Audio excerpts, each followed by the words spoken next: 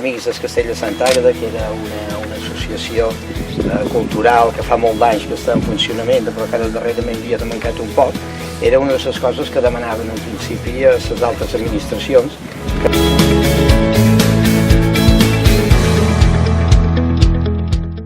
L'impost de turisme sostenible és un impost que s'ha posat aquests darrers anys a les Illes Balears i que ja amb prou èxit s'havia introduït en bastantes destinacions d'Europa. L'objectiu clar és de compensar la petjada ecològica que deixa el turisme.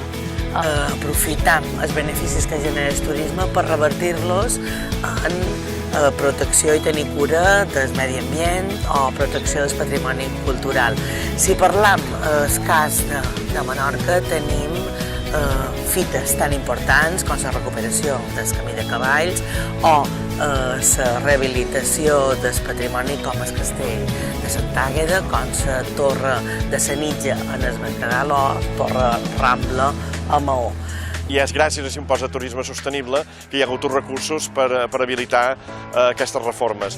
Això només és el començament. Aquesta primera prova pilot de restauració d'un tram de la muralla ha de servir perquè la propera passa sigui elaborar el pla director i garantir que el Castell de Santa Àgueda no sigui una intervenció puntual, una flor que no fa estiu, sinó que sigui una passa darrere l'altra per poder recuperar la integritat del castell.